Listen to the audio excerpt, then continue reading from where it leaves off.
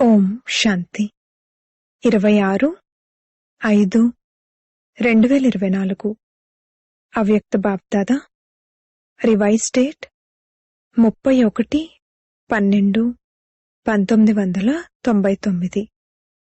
కొత్త శతాబ్దంలో మీ నడవడిక మరియు ముఖం ద్వారా ఫరిష్తా స్వరూపాన్ని ప్రత్యక్షం చేయండి. ఈరోజు బాప్దాదా పరమాత్మ పాలనకు అధికారులైన తమ పిల్లలను చూసి హర్షిస్తున్నారు. స్వయం పరమాత్మ పాలనలో పాలింపబడుతున్నారంటే వారు ఎంతటి భాగ్యవంతులు. ప్రపంచంలోని వారు మమ్మల్ని పరమాత్మ పాలన చేస్తున్నారని అంటారు, కాని విశేషాత్మలైన మీరు కొద్దిమంది మాత్రమే ప్రాక్టికల్గా పాలింపబడుతున్నారు. పరమాత్మ పాలన ఉంది, పరమాత్మ శ్రీమతము ఉంది. ఆ శ్రీమతం ఆధారంగానే నడుస్తున్నారు, పాలింపబడుతున్నారు. ఈ విధంగా మిమ్మల్ని మీరు విశేషాత్మలుగా అనుభవం చేస్తున్నారా? మీ మహానత గురించి తెలుసా? వర్తమాన సమయంలోనైతే బ్రాహ్మణాత్మలు మహాన్గానే ఉన్నారు, అంతేకాక భవిష్యత్తులో కూడా సర్వశ్రేష్ఠ మహానులుగా ఉంటారు. ద్వాపరంలో కూడా మీ జడ చిత్రాలు ఎంత మహాన్గా తయారవుతాయంటే ఆ చిత్రాల ఎదురుగా ఎవరు వెళ్లినా వాటికి నమస్కరిస్తారు. మీకు ఎంతటి మహానత ఉందంటే ఈ రోజు వరకు కూడా ఒకవేళ ఏ ఆత్మనైనా కృత్రిమమైన దేవతగా తయారు చేస్తే, అనగా లక్ష్మీనారాయణలుగా తయారు చేస్తే, శ్రీరామునిగా తయారు చేస్తే, ఎప్పటి వరకైతే ఆ ఆత్మ దేవతా పాత్రను అభినయిస్తారో ఆ ఆత్మ సాధారణమైన మనిషి అన్నది తెలిసినప్పటికీ కూడా దేవతా పాత్రను అభినయిస్తున్న కారణంగా ఆ సాధారణ ఆత్మకు కూడా నమస్కరిస్తారు.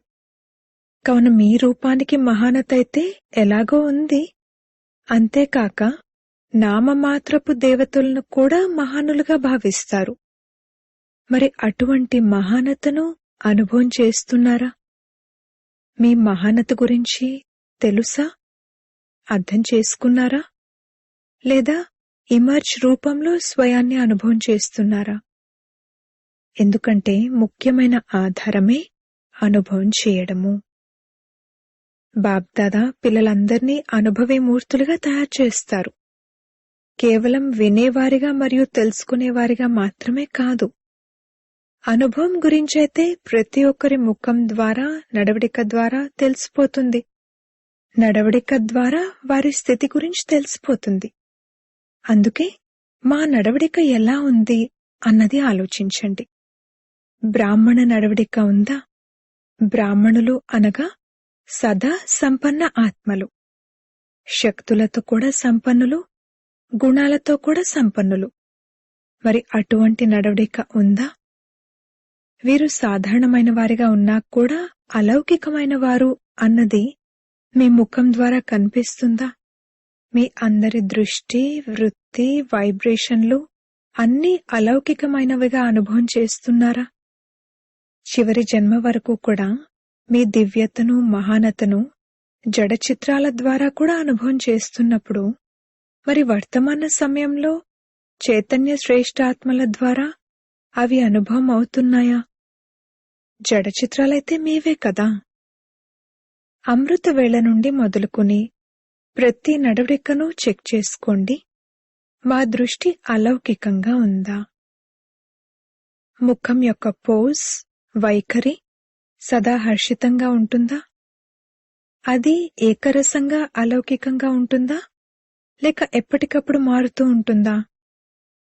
అలౌకిక స్మృతి మరియు వృత్తి కేవలం యోగంలో కూర్చునే సమయంలో లేక ఏదైనా విశేష సేవ చేసే సమయంలోనే ఉంటున్నాయా, లేక సాధారణ కార్యాన్ని చేస్తున్నప్పుడు కూడా ముఖం మరియు నడవడిక విశేషంగా ఉంటున్నాయా? ఎవరైనా మిమ్మల్ని కార్య వ్యవహారాల్లో మీరు చాలా బిజీగా ఉన్నప్పుడు కానీ, ఏదైనా అలజడి కలిగించే విషయం ఎదురుగా ఉన్నప్పుడు కానీ మిమ్మల్ని చూస్తే వారు మిమ్మల్ని అలౌకికమైన వారిగా భావిస్తున్నారా? కనుక చెక్ చేసుకోండి. మాట తీరు, ముఖము సాధారణ కార్యం చేస్తున్నప్పుడు కూడా అతీతంగా మరియు ప్రియంగా అనుభవం అవుతున్నాయా? ఏ సమయంలోనైనా అకస్మాత్తుగా ఏ ఆత్మైనా మీ ఎదురుగా వచ్చినట్లయితే మీ వైబ్రేషన్ల ద్వారా, మాట తీరు ద్వారా వీరు అలౌకిక ఫరిష్తా అని భావిస్తారా? ఎందుకంటే ఈరోజు సంగమం యొక్క రోజు. పాతది వెళ్ళిపోతుంది, కొత్తది వస్తుంది. మరి ఏ నవీనత విశ్వం ఎదురుగా కనిపించాలి? లోపల స్మృతి ఉంటుంది లేక అర్థం చేసుకుంటున్నారు అనేది వేరే విషయం. కానీ స్థాపనా సమయం గురించి ఆలోచించండి. స్థాపనా సమయంలో ఎంత సమయం గడిచిపోయింది? గడిచిపోయిన సమయం బట్టి ఇప్పుడు ఇంకా ఎంత కొద్ది సమయం మిగిలి ఉంది. మరి ఏం అనుభవం అవ్వాలి? బాప్దాదాకు తెలుసు, చాలా మంచి మంచి పురుషార్థులు పురుషార్థం కూడా చేస్తున్నారు, ఎగురుతున్నారు కూడా. కాని బాప్దాదా ఈ 21వ శతాబ్దంలో నవీనతను చూడాలనుకుంటున్నారు. అందరూ మంచివారు, విశేషమైన వారు కూడా, మహానులు కూడా. కాని బాబా ప్రత్యక్షతకు ఆధారం సాధారణ కార్యంలో ఉంటున్నప్పటికీ ఫరిష్తాల వంటి నడవడిక మరియు స్థితి ఉండాలి. విషయం అలాంటిది, పని అలాంటిది, పరిస్థితులు అటువంటివి, సమస్య అటువంటిది, అందుకే సాధారణత వచ్చేసింది అని అనటాన్ని బాప్దాదా చూడాలనుకోవటం లేదు. ఫరిష్తా స్వరూపమనగా స్మృతి స్వరూపంలో ఉండాలి, సాకార రూపంలో ఉండాలి. కేవలం అర్థం చేసుకునే వరకు, స్మృతి వరకు ఉండటమే కాదు, కాని స్వరూపంలో అలా ఉండాలి. ఎలాంటి పరివర్తన రావాలంటే ఏ సమయంలోనైనా, ఎటువంటి పరిస్థితిలోనైనా అలౌకిక స్వరూపం అనుభవం అవ్వాలి. అలానే ఉన్నారా లేక కాస్త మారుతుందా? విషయం అనుసారంగా మీ స్వరూపాన్ని తయారు చేసుకోకండి. విషయం మిమ్మల్ని ఎందుకు మార్చాలి? మీరు విషయాన్ని మార్చండి. మాటలు మిమ్మల్ని మార్చాలా లేక మీరు మాటలను మార్చాలా? పరివర్తనని దేన్నంటారు? ప్రాక్టికల్ జీవితం యొక్క శాంపుల్ అని ఎవరినంటారు? ఎటువంటి సమయమో, ఎటువంటి పరిస్థితో అటువంటి స్వరూపం తయారవటం అనేది సాధారణ వ్యక్తుల విషయంలో కూడా జరుగుతుంది. కాని ఫరిష్తా అనగా పాత మరియు సాధారణ స్థితి, పరిస్థితి నుండి కూడా అతీతంగా ఉండాలి. సమయం యొక్క పిలుపు అనేది ఇప్పుడు మీ టాపిక్ కదా. విశేష మహానాత్మలైన మీ కొరకు ఇప్పుడు సమయం యొక్క పిలుపేమిటంటే, ఇప్పుడు ఫరిష్తా అనగా అలౌకిక జీవితం స్వరూపంలో కనిపించాలి. ఇది సాధ్యమా? టీచర్లు చెప్పండి, సాధ్యమా? ఎప్పుడవుతుంది? సాధ్యమే అంటే అది చాలా మంచి విషయం కదా. కాని ఎప్పుడవుతుంది? 1 సంవత్సరం కావాలా? 2000 సంవత్సరం పూర్తయిపోవాలా? ఎవరైతే కొద్ది సమయమైతే కావాలి అని అనుకుంటున్నారో, సరే 1 సంవత్సరం కాకపోతే 6 నెలలు, 6 నెలలు కాకపోతే 3 నెలలు కావాలా? దీనికి చేతులెత్తడం లేదు. మీ స్లోగన్ ఏమిటి? గుర్తుందా? ఇప్పుడు కాకుంటే మరెప్పుడూ కాదు. ఈ స్లోగన్ ఎవరిది? బ్రాహ్మణులదా లేక దేవతలదా? బ్రాహ్మణులదే కదా. కనుక ఈ కొత్త శతాబ్దంలో బాబ్దాదా ఇదే చూడాలనుకుంటున్నారు. ఏం జరిగినా కాని అలౌకికత పోకూడదు. దీని కొరకు కేవలం 4 మాటలపై అటెన్షన్ పెట్టాల్సుంటుంది. అవేమిటి? అవి కొత్త విషయాలేమీ కావు, పాతవే, కేవలం రివైజ్ చేయిస్తున్నారు. ఒక విషయం శుభ చింతకులు, రెండవది శుభ చింతన, మూడవది శుభ భావన. వాళ్లు మారితే నేను మారుతాను అన్న ఈ భావన ఉండకూడదు. వారి పట్ల కూడా శుభ భావన, స్వయం పట్ల కూడా శుభ భావన ఉండాలి. మరియు 4వది శుభ శ్రేష్ఠ స్మృతి మరియు స్వరూపం. కేవలం శుభ అన్న ఈ ఒక్క మాటను గుర్తుపెట్టుకోండి. ఇందులో 4 విషయాలు వచ్చేస్తాయి. కేవలం అన్నింటిలోనూ శుభ అన్న మాటను గుర్తుపెట్టుకోవాలి.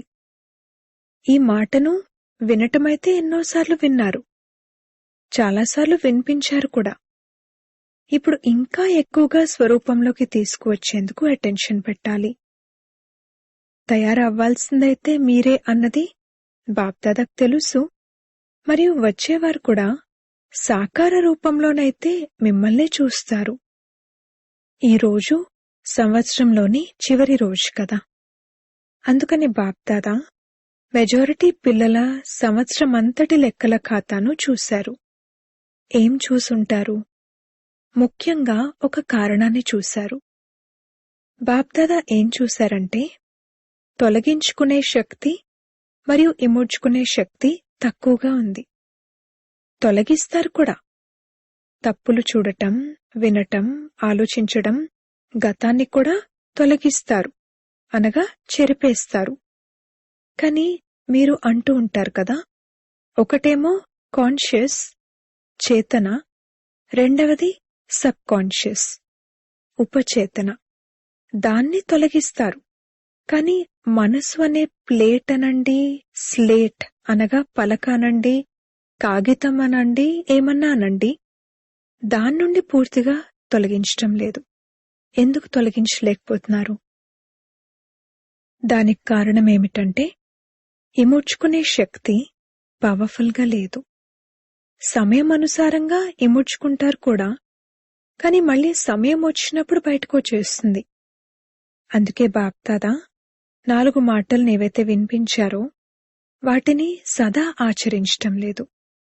ఒకవేళ మనసు అనే ప్లేట్ లేక కాగితం పూర్తిగా శుభ్రం అవ్వకపోతే, పూర్తిగా దానిపై ఉన్నది చెరగకపోతే, మరి మీరు వేరే ఏదైనా మంచిగా రాయాలనుకున్నా కాని అది స్పష్టంగా ఉంటుందా? అనగా సర్వగుణాలను, సర్వశక్తులను ధారణ చేయాలనుకున్నా కాని సదా మరియు పూర్తి శాతంలో చేయగలుగుతారా? పూర్తిగా శుభ్రంగా కూడా ఉండాలి, స్పష్టంగా కూడా ఉండాలి. అప్పుడు ఈ శక్తులను సహజంగా కార్యంలో పెట్టగలరు. కారణం ఇదే. ఏంటంటే మెజారిటీ యొక్క స్లేట్ స్పష్టంగా శుభ్రంగా లేదు. కొద్దిగానైనా గడిచిపోయిన విషయాలు లేక గడిచిపోయిన నడవడిక, వ్యర్థ విషయాలు మరియు వ్యర్థమైన నడవడిక సూక్ష్మ రూపంలో లోపల ఉండిపోతాయి. మళ్ళీ సమయం వచ్చినప్పుడు అవి సాకార రూపంలోకి వచ్చేస్తాయి. కనుక సమయం అనుసారంగా ముందు చెక్ చేసుకోండి. మిమ్మల్ని మీరు చెక్ చేసుకోండి. ఇతరులను చెక్ చేయటంలో నిమగ్నమైపోకండి. ఎందుకంటే ఇతరులను చెక్ చేయటం సహజం అనిపిస్తుంది, స్వయాన్ని చెక్ చేసుకోవటం కష్టం అనిపిస్తుంది. కనుక చెక్ చేసుకోండి, నా మనసు అనే ప్లేట్ వ్యర్థం నుండి మరియు గతం నుండి పూర్తిగా స్వచ్ఛంగా ఉందా? అన్నింటికంటే సూక్ష్మ రూపం ఏమిటంటే వైబ్రేషన్ల రూపంలో ఉండిపోతుంది. ఫరిష్తా అనగా పూర్తిగా స్వచ్ఛం మరియు స్పష్టం. ఇముడ్చుకునే శక్తితో నెగటివ్ను కూడా పాజిటివ్ రూపంలోకి పరివర్తన చేసి ఇముడ్చుకోండి. నెగటివ్ను నెగటివ్గానే ఇముడ్చుకోకండి, దానిని పాజిటివ్ రూపంలోకి మార్చి ఇముడ్చుకోండి. అప్పుడు కొత్త శతాబ్దంలో నవీనత వస్తుంది. రెండో విషయం ఏం చూశారో చెప్పమంటారా లేక డోస్ ఎక్కువైపోయిందా? బాప్దాదా ఇంతకు ముందు చెప్పి ఉన్నారు, ఎలాగైనా సరే నేను మిమ్మల్ని నాతో పాటు పరంధామానికి తీసుకువెళ్లాల్సిందే. అది కొట్టైనా సరే లేక ప్రేమతోనైనా సరే తీసుకువెళ్లాల్సిందే. అజ్ఞానులను కొట్టడంతో మరియు పిల్లలైన మిమ్మల్ని ప్రేమతో తీసుకువెళ్తారు. అలాగే బాప్దాదా ఇప్పుడు కూడా ఏమంటున్నారంటే ఎలాగైనా సరే ప్రపంచమెదురుగా మహానాత్మలను ఫరిష్తాల రూపంలో ప్రత్యక్షం చేయాల్సిందే. మరి సిద్ధంగా ఉన్నారు కదా?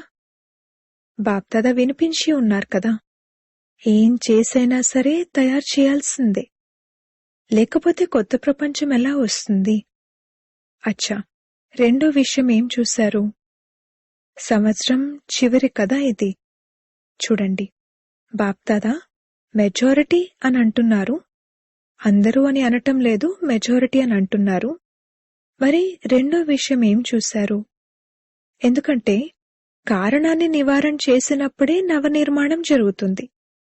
కావున రెండో కారణం ఏమిటంటే నిర్లక్ష్యాన్ని రకరకాల రూపాల్లో చూశారు.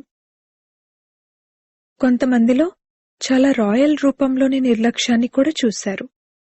నిర్లక్ష్యానికి కారణం ఒకటే మాట, అదేమిటంటే అంతా నడుస్తుందిలే. ఎందుకంటే సాకారంలోనైతే ప్రతి ఒక్కరి ప్రతి కర్మను ఎవరూ చూడలేరు. సాకార బ్రహ్మ కూడా సాకారంలో చూడలేకపోయారు. కాని ఇప్పుడు అవ్యక్త రూపంలో ఒకవేళ చూడాలనుకుంటే ప్రతి ఒక్కరి ప్రతి కర్మను చూడగలరు. పరమాత్మకు 1000 కళ్ళుంటాయి, లక్షల కళ్ళుంటాయి, లక్షల చెవులుంటాయి అనే గాయనం ఉంది. ఇప్పుడు ఆ నిరాకారుడు మరియు అవ్యక్త బ్రహ్మ ఇరువురూ తోడుతోడుగా చూడగలరు. ఎవరు ఎంత దాచినా కాని ఆ దాచటం కూడా చాలా రాయల్టీతో దాచిపెడతారు, సాధారణంగా దాచరు. కనుక నిర్లక్ష్యం అనేది ఒకటి స్థూల రూపంలో ఉంటుంది, ఇంకొకటి సూక్ష్మ రూపంలో ఉంటుంది. కాని రెండింటిలోనూ మాట ఒకటే ఉంటుంది, అంతా నడుస్తుందిలే, ఏమవుతుందో చూశాంలే, ఏమీ అవ్వదు, ఇప్పటికైతే కానిచ్చేద్దాము, తర్వాత చూసుకుందాము. ఇవి నిర్లక్ష్యంతో కూడిన సంకల్పాలు. కావాలనుకుంటే బాప్దాదా అందరికీ వినిపించగలరు కూడా. కాని కాస్త గౌరవాన్ని నిలబెట్టండి అని మీరంటారు కదా, కనుక బాప్దాదా కూడా గౌరవాన్ని నిలబెడతారు. కాని నిర్లక్ష్యం పురుషార్థాన్ని తీవ్రం కానివ్వదు, పాస్వితోనర్లుగా కానివ్వదు. అంతా నడుస్తుందిలే అని అనుకుంటే ఫలితంగా మీరు కూడా నడిచే వెళ్తారు, అంతేకాని ఎగరరు. మరి ఏ 2 విషయాలను చూశారో విన్నారా? పరివర్తనలో ఏదో ఒక రూపంతో, ప్రతి ఒక్కరిలో వేరువేరు రూపాలతో నిర్లక్ష్యం ఉంది. కనుక బాప్దాదా ఆ సమయంలో చిరునవ్వు నవ్వుతారు. ఏమవుతుందో చూద్దాంలే అని పిల్లలు అనుకుంటారు. కావున బాప్దాదా కూడా ఏమవుతుందో చూడండి అని అంటారు. ఈరోజు దీన్ని ఎందుకు వినిపిస్తున్నారు? ఎందుకంటే మీరు కావాలనుకున్నా లేక వద్దనుకున్నా బలవంతంగానైనా మిమ్మల్ని తయారు చేయాల్సిందే, మరియు మీరు తయారవ్వాల్సే ఉంటుంది. ఈరోజు కాస్త కఠినంగా వినిపించాము, ఎందుకంటే మేము ఇది చేస్తాము అది చేస్తాము అని మీరు ప్లాన్ తయారు చేసుకుంటున్నారు. కాని కారణం యొక్క నివారణ జరగకపోతే అది అల్పకాలికంగా అయిపోతుంది. మళ్ళీ తర్వాత ఏదైనా విషయం వస్తే విషయమే అటువంటిది కదా, కారణమే అటువంటిది, నా లెక్కాచారమే అలా ఉంది అని అంటారు. అందుకే తయారవ్వాల్సిందే. అంగీకారమే కదా, టీచర్లకు అంగీకారమేనా, విదేశీయులకు అంగీకారమేనా? తయారవ్వాల్సిందే అని బాప్దాదా అంటారు. అప్పుడు తయారయ్యాము అని కొత్త శతాబ్దంలో అంటారు. అంతే కదా, తక్కువలో తక్కువ సమయం తీసుకోవాలి. కాని బాప్దాదా 1 సంవత్సరం సమయాన్ని ఇస్తున్నారు కాబట్టి సహజమే కదా. ఆరాంగా ప్రశాంతంగా చేయండి. ఆరాం అంటే అర్థం ఆ రామ్ అనగా రామా రండి అనగా బాబాను గుర్తు చేసుకుని ఆ తర్వాత చేయండి. ఆ డన్లప్ పరుపుపై పడుకునే ఆ ఆరాం అనగా ఆ విశ్రాంతి కాదు. బాబ్దాదాకు మీపై ఎక్కువ ప్రేమ ఉందా, లేక మీకు బాబాపై ఎక్కువ ప్రేమ ఉందా? ఎవరికుంది, బాబాకా లేక మీకా? పిల్లలను మీరందరూ ప్రేమకు రిటర్న్లో అవ్యక్త బ్రహ్మబాబా సమానంగా తప్పకుండా తయారవుతారు అని బాబ్దాదాకు మీ అందరిపై నిశ్చయం ఉంది. తయారవుతారు కదా. బాబ్దాదా వదిలిపెట్టరు. ప్రేమ ఉంది కదా, ఎవరిపైనైతే ప్రేమ ఉంటుందో వారి తోడును వదిలిపెట్టరు. మరి బ్రహ్మబాబాకు మీ అందరిపై చాలా ప్రేమ ఉంది. నా పిల్లలు ఎప్పుడు వస్తారు అని ఎదురుచూస్తూ ఉంటారు. కనుక సమానులుగానైతే అవుతారు కదా. బ్రహ్మబాబా యొక్క ఒక ఆత్మిక సంభాషణ వినిపిస్తాము. బ్రహ్మబాబా శివ్ బాబాతో ఇలా అంటారు, మీరు పిల్లల చేత డేట్ను ఫిక్స్ చేయించండి. నేనెప్పటి వరకు ఎదురు చూడను. ఈ డేట్ను ఫిక్స్ చేయించండి. అప్పుడు శివబాబా ఏమంటారు? నవ్వుతారు. అయినా కూడా బాప్దాదా అంటారు, పిల్లలే డేట్ ఫిక్స్ చేస్తారు, బాప్దాదా చెయ్యరు. కనుక బ్రహ్మబాబా చాలా గుర్తు చేస్తున్నారు, మరి డేట్ను ఫిక్స్ చేస్తారా? కొత్త సంవత్సరంలో సమానంగా అయ్యే ఈ దృఢ సంకల్పాన్ని చేయండి. మేం ఫరిష్తాగా అవ్వాల్సిందే అన్న లక్ష్యాన్ని పెట్టుకోండి. ఇప్పుడు పాత విషయాలను సమాప్తం చేయండి. మీ అనాది మరియు ఆది సంస్కారాలను ఇమర్జ్ చేసుకోండి. నడుస్తూ తిరుగుతూ నేను బాబా సమానమైన ఫరిష్తాను, నా పాత సంస్కారాలతో పాత విషయాలతో నాకెటువంటి సంబంధమూ లేదు అన్న ఈ విషయాలను స్మృతిలో పెట్టుకోండి. అర్థమైందా? పరివర్తన యొక్క ఈ సంకల్పానికి నీరు పోస్తూ ఉండండి. ఏ విధంగానైతే విత్తనానికి నీరు కూడా కావాలి, ఎండ కూడా కావాలి, అప్పుడే ఫలాలు వస్తాయి. కనుక ఈ సంకల్పానికి, బీజానికి స్మృతి అనే నీటిని మరియు ఎండను ఇస్తూ ఉండండి. పదే పదే రివైజ్ చేసుకోండి. నేను బాప్దాదాతో చేసిన ప్రమాణమేమిటి? అచ్చా, నలువైపులా ఉన్న మహానాత్మలకు, సదా పరివర్తన శక్తిని ప్రతి సమయం కార్యంలో ఉపయోగించేవారికి, విశ్వ పరివర్తక ఆత్మలకు, సదా దృఢ నిశ్చయంతో ప్రత్యక్ష రూపాన్ని చూపించే బ్రాహ్మణుల నుండి ఫరిష్తా స్వరూపాత్మలకు, సదా ఒక్క బాబా తప్ప ఇంకెవ్వరూ లేరు అని బాబా సమానంగా అయ్యేవారికి, బాప్దాదా యొక్క ప్రేమకు రిటర్న్ ఇచ్చే మహావీరులైన ఆత్మలకు బాప్దాదా యొక్క ప్రియ స్మృతులు మరియు నమస్తే. నలువైపులా ఉన్న పిల్లలకు కొత్త సంవత్సరానికి, కొత్త యుగానికి, కొత్త జీవితానికి అభినందనలు, అభినందనలు, అభినందనలు. ఈ కొత్త సంవత్సరంలో బ్రహ్మబాబా ద్వారా ఉచ్చరించబడిన మహావాక్యాలను సదా గుర్తుంచుకోవాలి. నిరాకారి, నిరహంకారి, వాటితో పాటు నవ నిర్మాణధారి.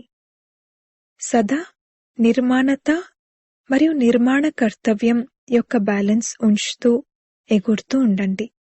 ఈ సంవత్సరంలో విశేషంగా స్వపరివర్తన అన్న విశేషతను ఎదురుగా ఉంచుకుంటూ ఎగురుతూ మరియు ఎగిరింపజేస్తూ ఉండండి. సదా బ్రహ్మబాబాను ప్రతి అడుగులో ఫాలో ఫాదర్ చేస్తూ ఉండండి. అందరికీ అభినందనలు, అభినందనలు, పదమాల రెట్ల అభినందనలు. అచ్చా, వరదానము: స్వయం యొక్క చక్రాన్ని తెలుసుకుని జ్ఞాని ఆత్మగా అయ్యే ప్రభు ప్రియ భవ.